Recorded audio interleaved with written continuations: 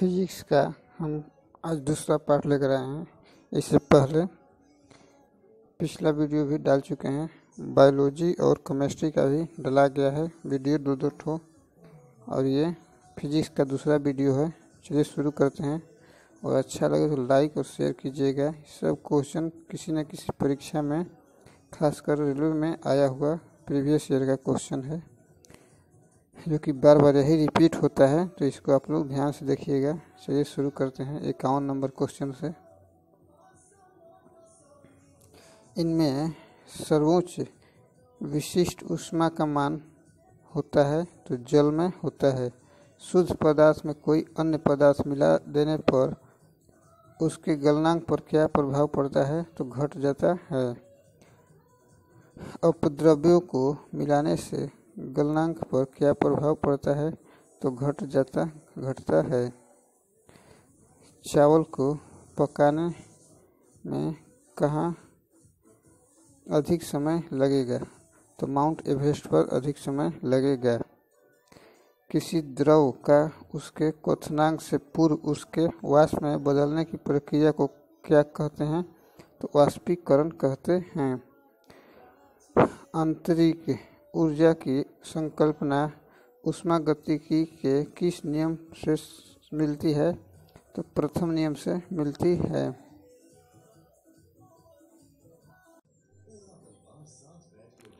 संतावन number question दिया है, ऊष्मागतिकी का प्रथम नियम किस अवधारणा पर की पुष्टि करता है तो ऊर्जा संरक्षण के धारणा पर करता है।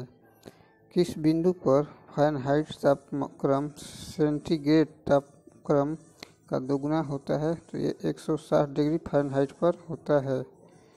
किसी वस्तु की विशिष्ट ऊष्मा किस पर निर्भर करती है तो पिंड के द्रव्य पर निर्भर करती है।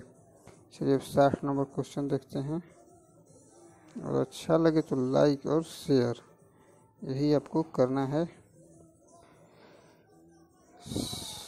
सेल्सियस में माप का कौन सा तापक्रम 300 के बराबर है तो 27 डिग्री सेल्सियस के बराबर है। ब्लैक बॉडी किसकी विकिरण को अवशोषित कर सकती है तो केवल उच्च तरंग दैर्घ्य को कर सकती है। शीत ऋतु के दिनों में हम मौसम किस प्रकार का होने पर ज़्यादा ठंड महसूस करते हैं तो साफ मौसम होने पर करते हैं। मिट्टी के घड़े में किस क्रिया के कारण जल ठंडा रहता है तो वाष्पीकरण इसका आंसर हो जाएगा। प्राश्रव्य तरंगों को सबसे पहले किसने सीटी बजाकर उत्पन्न किया था तो इसका गाल्टन ने किया था। ध्वनि का तत्व किस पर निर्भर करता है तो आवृत्ति पर निर्भर करता है। विमानों के आंतरिक भागों की सफाई में किसका उपयोग किया जाता है तो प्राश्रव्य तरंग का उपयोग किया जाता है। मनुष्य को ध्वनि कंपन की अनुभूति किस आवृत्ति सीमा में होती है तो 20 से 20,000 हर्ट्ज में होती है।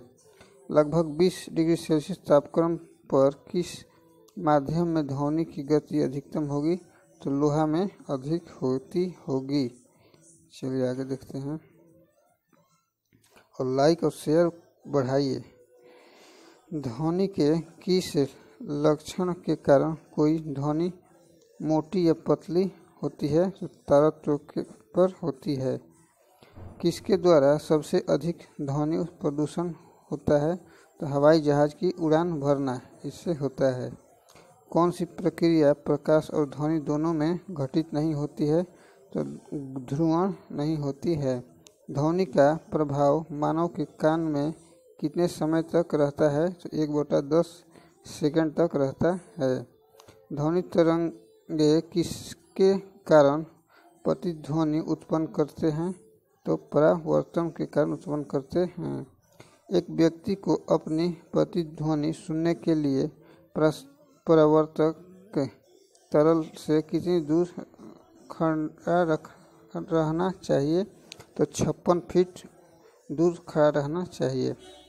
स्टेथोस्कोप ध्वनि के किस सिद्धांत पर कार्य करता है?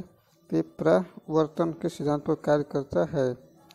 76वां क्वेश्चन दिया है, पास आती रेलगाड़ी की सीटी की आवृत्ति या तीक्ष्णता बढ़ती जाती है, ऐसा किस घटना के कारण होता है? तो यह डॉपलर प्रभाव के कारण होता है।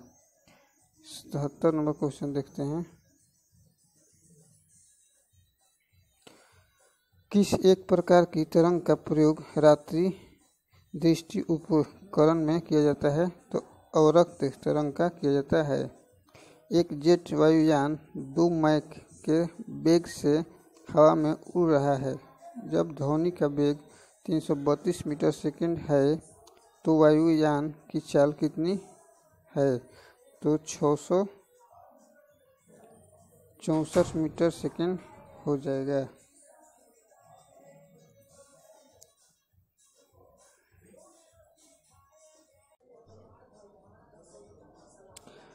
एक जैव पद्धति जिसमें श्रव्य तरंग ध्वनि का उपयोग किया जाता है तो सोनोग्राफी इसका आंसर हो जाएगा। कौन सी तरंगें शून्य में संचरण नहीं कर सकती? तो ये ध्वनि नहीं कर सकती। वह उपकरण जो ध्वनि तरंगों की पहचान तथा रुजुरेखन के लिए प्रयुक्त होता है क्या कहलाता है? तो सोनार कहलाता है। प्रकाश तरंग किस प्रकार की तरंग है? तो अनुप्रस्थ तरंग है। चलिए 84 नंबर क्वेश्चन देखते हैं, और अच्छा लगे तो लाइक और शेयर बढ़ाइए। प्रकाश का तरंग सिद्धांत किसके द्वारा प्रस्तावित किया गया था? तो हाइगेंस के द्वारा किया गया था। किस घटना के आधार पर प्रकाश तरंगों के अनुप्रस्थ होने की पुष्टि होती है? तो ध्रुवण के कारण होती है। प्रकाश के विद्युत चुंबकीय स्वरूप की खोज किसने की? तो मैक्सवेल ने की। किसने सर्वप्रथम यह दिखलाया कि प्रकाश तरंगों का विवर्तन होता है? तो ग्रेमाल्डी ने दिखाया। कौन सी घटना प्रकाश और ध्वनि दोनों में घटित नहीं होती है? तो ध्रुवण नहीं होती है।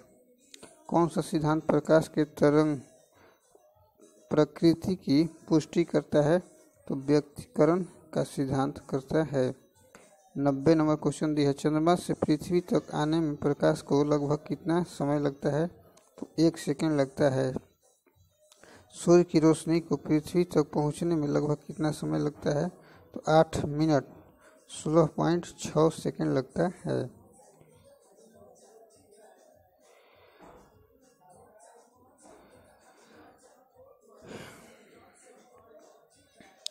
ठीक है, यहाँ से अब हम आगे देखते हैं।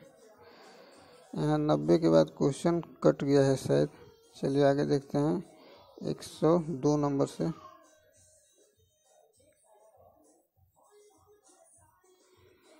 दस क्वेश्चन और देखिए लेते हैं। वायु में प्रकाश की गति कितनी होती है? 3 गुना 10 108 मीटर सेकंड होती है। सूर्य ग्रहण के समय सूर्य का कौन सा भाग दिखाई देता है? तो किरीट कोरोना दिखाई देता है। पानी से भरे किसी बर्तन में पड़ा एक सिक्का किस कारण थोड़ा उठा हुआ प्रतीत होता है? प्रकाश के अपवर्तन के कारण उठा हुआ दिखाई देता है। 105वां क्वेश्चन दिया है, पानी में डूबोई एक छड़ी किस संवृत्ति के कारण मुड़ी हुई प्रतीत होती है? तो प्रकाश का अपवर्तन के कारण होती है। किसके कारण आकाश नीला दिखाई पड़ता है? तो प्रकिरण के कारण दिखाई देता है। सूर्योदय और सूर्यास्त के समय आसमान में लाल रंग किसके कारण होता है? प्रकिरण के कारण होता है। इंद्रधनुष में किस रंग का विक्षेपण अधिक होता है? तो बैंगनी रंग का अधिक होता है। सूखा बालू चमकीला क्यों दिखाई देता है जबकि गीला बालू द्युतिहीन होता है? इसका कारण परावर्तन है।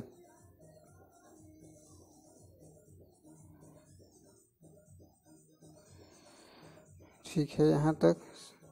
यहाँ से 101 नंबर चालू हो रहा है। तो यहाँ से अब कल हम देखेंगे, अगला वीडियो में आएगा। तो यहाँ से ठीक है, लाइक कीजिए, धन्यवाद।